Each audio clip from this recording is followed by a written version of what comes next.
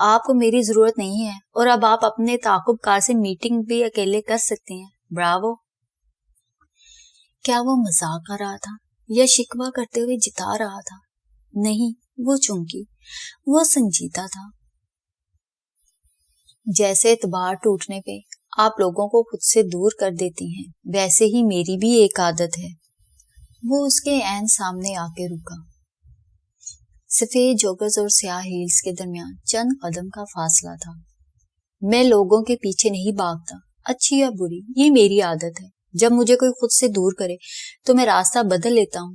آپ مجھ پہ اعتبار نہیں کرتی ورنہ مجھے ساتھ لے کر جاتی. اس نے تردید نہیں کی، بس اس کا چہرہ دیکھے گئی. اسے ابھی تک یقین نہیں آ رہا تھا کہ وہ جاب چھوڑ سکتا ہے. جاب چھوڑو گے تو کیا کرو گے؟ وہ تلخی سے مسکرایا اور سر جھکایا. سفید جوگر سے فرش کو مسلا. چند لمحے سوچتا رہا، پھر اس نے چہرہ اٹھایا تو آنکھوں کا وہ دکھ انقا ہو گیا تھا. اب وہ نارمل تھا. میں اپنا بزنس پلان بناؤں گا. 15 جولائی کو ایک کمپٹیشن ہے، میں اس میں حصہ لے رہا ہوں. مجھے اپنے بزنس کو منوانے کے لیے اس مقابلے کو جیتنا ہے. اور اپنے قرضے کیسے اتارو گے؟ ابا کا ایک پلاٹ کافی عرصے سے بک نہیں رہا تھا، کل اسے بیچ دیا ہے، بیانہ مل گیا ہے. اس نے جیب تھپ تھپائی اور مسکرایا. یعنی بٹوے میں پیسے پلاٹ کے بیانے کے تھے؟ کیا وہ سچ کہہ رہا تھا یا اسے معلوم ہو گیا تھا کہ میں نے اس کا بٹوا کھولا ہے؟ وہ فیصلہ نہیں کر سکی، لیکن اس کے کندھوں سے ایک دم منو بوجھ اتر گیا. اسے کیف پہ پھر سے اعتبار کرنے کے لیے ایک بہانہ چاہیے تھا. اور تم روز کئی گھنٹے اپنے پلان پہ کام کر رہے تھے، اس کا کیا؟ میں نے آپ سے جھوٹ بولا تھا. میں نہیں چاہتا تھا کہ آپ سفورہ کی طرح مجھے لوزر سمجھیں. میں نے ڈیسک لینے کے باوجود کام نہیں کیا. میں پروکیسٹینیٹ کر رہا تھا کیونکہ آپ کی جاب کی وجہ سے میں تھک جاتا تھا، اس لیے گھر جا کے سو جاتا تھا. وہ قدرے ندامت سے بولا. گھر؟ جی، وہ زارا کے والد کا اپارٹمنٹ ہے گلبرگ میں. وہ مجھے پسند نہیں کرتے اس لیے ہے. اس نے بات ادھوری چھوڑ دی. اف، وہ اس کی بیوی کا اپارٹمنٹ تھا اور وہ اسے نہیں بتانا چاہتا تھا کہ وہ سسرال میں رہ رہا ہے. کتنا بہتر ہوتا کہ وہ اسے پوچھ لیتی، وہ اسے صاف صاف بتا دیتا. اسے کیف کا بٹوا نہیں کھولنا چاہیے تھا. اور اسے یاد آیا اس کے پاس کیف کا کی کارڈ تھا. وہ اسے کیسے واپس کرے؟ مالا کو شرمندگی سی ہونے لگی. اگر تم اپنے بزنس کے لیے میری جاب چھوڑ رہے ہو تو مجھے کوئی شکوہ نہیں. وہ ہلکا سا مسکرا دیا. میں کامیاب ہو جاؤں گا، مجھے معلوم ہے. وہ بھی دھیرے سے مسکرا دی اور سر کو اس بات میں جنبش دی. اس کے پاس کہنے کو کچھ نہیں بچا تھا. شطرنج کی بساط پہ وہ دونوں تنہا تھے اور کھیل ختم ہو چکا تھا. کس نے کس کو شاید مات کیا تھا اسے نہیں معلوم تھا، خود کیف کو بھی نہیں معلوم تھا. آپ کا شکریہ کشمالہ بی بی، آپ نے مجھے بہت کچھ سکھایا ہے.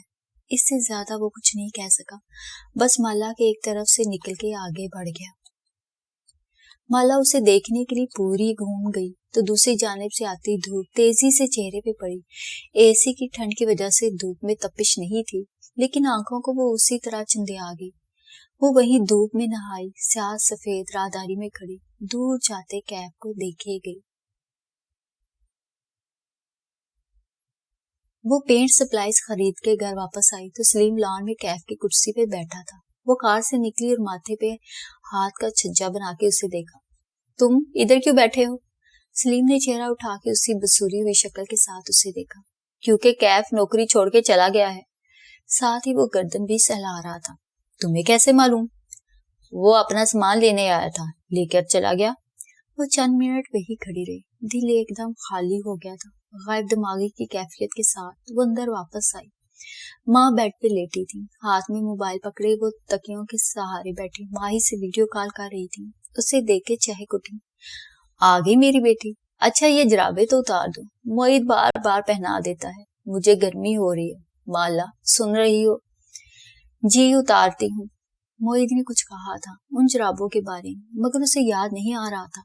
وہ ماں کے قدموں میں بیٹھی سر جھکائے اس نے پائنچے اوپر کیے. تنگ سفید جالی دار جرابیں پتہ نہیں کیوں معید ماں کو پہنا دیتا تھا. اس نے جرابیں اتاری اور ان کو سائڈ ٹیبل پر رکھ دیا. اگر وہ اہم ہوئی تو معید خود ہی ان کو دوبارہ پہنا دے گا. جرابوں کا ماں کی سرجری سے کیا تعلق؟ وہ صوفے پہ بیٹھ کے ہیلز اتارنے لگی. ماں موبائل پہ ماہی سے ویڈیو کال کیے گئی. اتنے میں بخت بھی لانڈری والے کپڑے لیے باتھ روم سے نکلی. پھر ماں کے بیڈ کے سار اٹھی، سائڈ ٹیبل پہ رکھی جرابیں اٹھائیں اور ٹوکری میں ڈال کے باہر نکل گئی۔ اسے اندازہ نہیں تھا کہ وہ ماں کو موت کے منہ میں دھکیل رہی ہے۔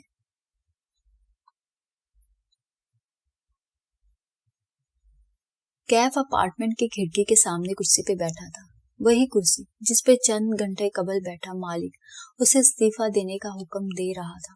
اس کے ذہن کے پردے پہ وہ منظر ابھرا۔ میں رات سے پہلے استعفیٰ دے دوں گا، اس نے مالک سے وعدہ کیا تھا۔ استعفیٰ دے کر تم اس لڑکی کی زندگی سے نکل جاؤ گے۔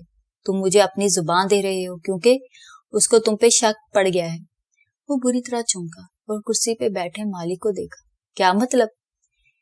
پی ٹی اے میں جب کوئی اپلائی اپنا ایکسس کوڈ استعمال کر کے کسی کا ڈیٹا نکلواتا ہے تو اس امپلائی کا کوڈ ریکارڈ میں ہمیشہ کے لیے محفوظ ہو جاتا ہے۔ میں نے تمہارے اس نمبر کو زیر نظر رکھا ہوا تھا، حال ہی میں تمہارے نمبر کا ڈیٹا نکلوایا گیا ہے۔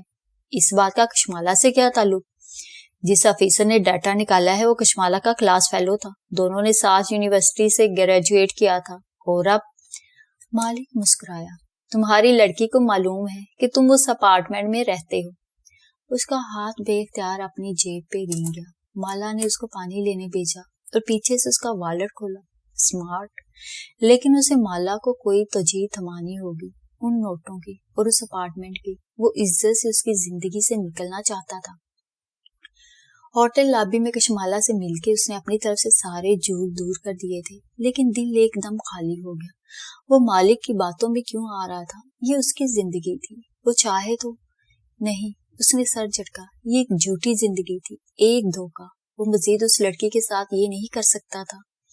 ان دونوں کا کوئی مستقبل نہیں تھا، اسے اس کی زندگی سے دور جانا تھا۔ مالک ٹھیک کہہ رہا تھا، محبت میں گرفتار ہوا مرد کسی کام کا نہیں رہتا۔ وہ مبین منزل پہنچا تو عصر کی اذانیں ہو رہی تھیں اور آسمان پہ سیاہ بادل جمع ہو رہے تھے۔ مالا بھی گھر نہیں آئی تھی، وہ پینٹ سپلائز لینے گئی تھی۔ کیف نیچے بیسمنٹ کی گیلری تک آیا۔ سلیم اپنے کمرے سے نکل رہا تھا۔ کیف اسے گھورتے ہوئے آگے آیا اور اس کو گردن کے پیچھے سے دبوچ لیا۔ اس سے پہلے کہ ہکا بکا سلیم مزاحمت کرتا، وہ اسے گدی سے پکڑے دھکیل کے اندر لے گیا اور دروازہ بند کیا۔ میری شکایتیں لگاتے رہے ہو مالا بی بی سے، ہاں؟ اس کے کان کے قریب ہو کے وہ گرایا، گردن ویسے ہی دبوچ رکھی تھی۔ مجھے چھوڑو کیف بھائی، میں نے کچھ نہیں کیا۔ سلیم ایک دم گھبرا گیا۔ کیا کہا تم نے بی بی سے؟ مالا باجی سے کچھ نہیں کہا میں نے، وہ کراہتے ہوئے بولا تو کیف نے جھٹکے سے اس کی گردن چھوڑی۔ وہ تیزی سے کمرے کے دوسرے کونے میں جا کھڑا ہوا اور گردن سے ہلاتے ہوئے آنکھوں میں خوف لیے اسے دیکھا۔ اس نے کیف کو کبھی اتنے غصے میں نہیں دیکھا تھا۔ پھر کس سے کہا ہے؟ کیف گھبراتے ہوئے قریب آ رہا تھا۔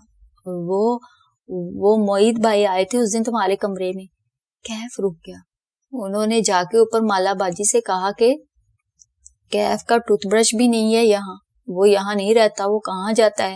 اوپر کچن میں وہ بات کر رہے تھے، میں نے اتنا ہی سنا ہے۔ If, bloody tooth brush. میں پوچھ رہا تم کیا کہتے رہے ہو میرے بارے میں؟ کچھ نہیں کہا، ماہی باجی پوچھ رہی تھی اس دن تمہارے بارے میں، قسم لے لو میں نے کچھ نہیں کہا۔ تم نے خود بتایا ہوگا، وہ کینیڈا میں ہوتی ہے، اس سے کیا پتا یہاں کیا ہو رہا ہے۔ سلیم نے گردن سہلاتے ہوئے اسے ناراضگی سے دیکھا، جیسے یہ بات بہت بری لگی۔ انہیں 7 سمندر پار رہ کے بھی معلوم ہوتا ہے جی کہ پاکستان کے ہر گھر میں کیا ہو رہا ہے۔ ہاں جی۔ اس سے بات کرنا فضول تھا۔ وہ دروازے کی طرف بڑھ گیا۔ گیلری سے اپنے کمرے کی طرف جاتے اس نے سلیم کی آواز سنی، ماہی باجی کو سب کی خبر ہوتی ہے۔ اچھا؟ اس کے کمرے میں کچھ تھا ہی نہیں جو اسے اٹھانا تھا۔ ایک نظر اس جگہ کو دیکھ کے وہ سیڑھیاں چڑھتا اوپر چلا آیا۔ مالا کے آنے تک اسے اس کا انتظار کرنا چاہیے۔ وہ ایک آخری دفعہ اس سے ملنا چاہتا تھا، لیکن لان میں آتے ہی وہ ایک دم ٹھٹکے رکا۔ مالا کے کمرے کی دیوار گیر کھڑکی کھلی تھی، حبس کی وجہ سے ہوا کے لیے کھول دی گئی تھی۔ اندر حورے جہاں کا بیڈ لگا ہوا تھا، ساتھ کرسی پہ ایک ادھیڑ عمر خاتون بیٹھی مسکراتی ہوئی ان سے محو گفتگو تھی۔ وہ وہیں رک کے انہیں دیکھنے لگا۔ وہ انہیں پہچانتا تھا، یہ زیاد کی والدہ تھی۔ وہ حورے جہاں سے کوئی بات پوچھ رہی تھی، دفتن کھڑکی پہ نظر پڑی تو اسے دیکھ کے مسکرا دی۔ بیٹے مجھے جائے نماز سلا دو۔ آپ سے کہہ رہی ہوں سلیم بیٹا۔ کیف نے دائیں بائیں دیکھا، پھر اپنی طرف اشارہ کیا۔ انہوں نے اس بات میں سر ہلایا۔ غالباً حورے جہاں نے انہیں کہا تھا کہ سلیم سے کہہ دے جائے نماز لانے کو۔ معید نہ جانے کہاں تھا، اور سلیم نیچے اپنی گردن سہلا رہا تھا۔ کیف نے گہری سانس لی اور گھر کے داخلی دروازے کی طرف بڑھ گیا۔ معلوم تھا اندر آنے پہ اس کی بے عزتی ہونی ہے، لیکن چلو ایک آخری دفعہ صحیح۔ لاؤنج سے اس نے جائے نماز اٹھائی اور مالا کے کمرے کی طرف آیا۔ دستک دے کر دروازہ کھولا۔ وہ دونوں خواتین کسی بات کے درمیان میں تھی۔ حورے جہاں مسکرا رہی تھی اور نگینہ بیگم جوش سے کہی جا رہی تھی، بس اب میں مزید دیر نہیں کرنا چاہتی، آپ مالا کا ہاتھ میرے زیاد کے ہاتھ میں دے دیں۔ میرا بیٹا بہت سلجھا ہوا، بہت نیک اور تابع دار ہے، وہ آپ کی بیٹی کو بہت خوش رکھے گا۔ وہ ان کا ہاتھ اپنے ہاتھ میں لیے کہہ رہی تھی۔ وہ جہاں تھا وہیں کھڑا رہ گیا، پھر کھنکار کے آگے آیا اور جائے نماز ان کے ساتھ رکھی۔ نگینہ بیگم نے پلٹ کے اسے دیکھا اور مسکرائی۔ شکریہ بیٹے۔ وہ سلیم مصروف تھا اس لیے میں آ گیا، اس نے محتاط لہجے میں کہتے ہوئے حورے جہاں کو دیکھا۔ وہ مسکرا کے نگینہ کی بات پہ غور رکھ کر رہی تھی، اس کی طرف دھیان نہیں دیا یا شاید نظر انداز کر گئی۔ کیف واپس پلٹ گیا، البتہ قدم من بھر کے ہو رہے تھے۔ میں مالا سے بات کروں گی نگینہ، زیاد جیسے لڑکے تو پھر لاکھوں میں ایک ہوتے ہیں۔ وہ خوش تھی۔ وہ دروازہ بند کر کے باہر نکل گیا۔ ایک دم اس کے دل پہ کسی نے زور کا گھونسا مارا تھا، اتنے زور کا کہ سانس بند ہونے لگا تھا۔ وہ مالا سے ملنے آیا تھا، ڈنگ سے خدا حافظ کہنے، لیکن اب وہ اس کا انتظار نہیں کر سکتا تھا۔ بخت بی کو کچن میں دیکھ کے وہ رکا اور دھیمی آواز میں بولا، میں جا رہا ہوں، کل سے کام پہ نہیں آؤں گا۔ وہ ہیں کرتی رہ گئی، مگر کیف باہر نکل چکا تھا۔ اس کی آنکھیں جل رہی تھی اور سر درد کرنے لگا تھا۔ وہ اپارٹمنٹ بلڈنگ میں واپس آیا تو ریسپشن پہ رکا۔ وہاں موجود لڑکی اب بدل چکی تھی۔ اسے اپنے اپارٹمنٹ کا لاک تبدیل کروانے کا کہہ کے وہ اوپر آ گیا۔ اپارٹمنٹ میں آ کے اس نے بتیاں نہیں جلائیں۔ مغرب کے اترتے ہی اندر اندھیرا بڑھنے لگا تھا، لیکن اسے پرواہ نہیں تھی۔ وہ خاموشی سے اپنے کمرے میں آیا اور وضو کر کے اسی اندھیرے ماحول میں نماز ادا کی۔ پھر تسبیح ہاتھ میں لیے وہ کھڑکی کے سامنے کرسی پہ جا کے بیٹھ گیا، جہاں چند گھنٹے قبل مالک بیٹھا تھا۔ تب سے اب تک وہ وہیں بیٹھا تھا۔ اندھیرا بڑھتے ہی سڑک پہ رواں دواں ٹریفک روشن ہونے لگی۔ اس نے تسبیح کے دانے گرانے کی کوشش کی، لیکن دل نہیں لگ رہا تھا۔ وہ وہیں بیٹھا بس خاموشی سے نیچے گزرتے ٹریفک کو دیکھے گیا۔ زیادہ دیر نہیں گزری جب صبح سے اکٹھے ہوئے سیاہ بادل بالآخر برسنے لگے۔ پانی دھاروں کی صورت اپارٹمنٹ بلڈنگ سے ٹکرانے لگا۔ ایسی تیز بچھاڑ تھی کہ خدا کی پناہ۔ وہ اپنی زار و قطار ہوتی ہوئی کھڑکی کو دیکھے گیا، بالکل خاموشی سے۔ اسے کچھ دیر تک ایسے تعلق کے ٹوٹنے کا سوگ منانا تھا جو کبھی بنا ہی نہ تھا، اور پھر اس نے گردن موڑ کے میز پہ بکھری چیزوں کو دیکھا۔ پھر اسے اپنے کام میں مصروف ہو جانا تھا۔ آج کی رات سوگ کے نام۔ یہی بارش مبین منزل کے کھڑکیوں پہ بھی برس رہی تھی۔ سیاہ سفید لباس والی لڑکی اسٹوڈیو کھڑکی میں بیٹھی دیوار سے سر ٹکائے شیشے پہ پڑتی پانی کی بوندوں کو دیکھ رہی تھی۔ کانوں میں ہینڈز فری لگے تھے جن سے ماہی کی آواز ماتوں میں اتر رہی تھی۔ ماں کہہ رہی تھی آج نگینہ آنٹی آئی اور انہوں نے تمہارا رشتہ مانگا۔ مالا کھڑکی کے شیشے پہ لڑکتے قطرے دیکھ رہی تھی۔ جب کوئی قطرہ نیچے گر کے فنا ہو جاتا تو وہ پلکیں اٹھا کے کسی دوسرے قطرے کا تعاقب کرنے لگتی۔ ہاں میں نے سنا تھا، وہ یوں بولی جیسے عام سی بات ہو۔ تمہیں حیرت نہیں ہوئی؟ نہیں، مجھے اندازہ تھا کہ زیاد مجھ میں انٹرسٹڈ ہے، یہ جلد یا بدیر ہونا تھا۔ تم زیاد کے لیے ہاں کر دو گی؟ ہاں، کیونکہ وہ ایک قابل انسان ہے، اس میں کوئی کمی نہیں ہے۔ لیکن میں نے لیکن نہیں کہا، تمہاری بات لیکن کی طرف جا رہی ہے۔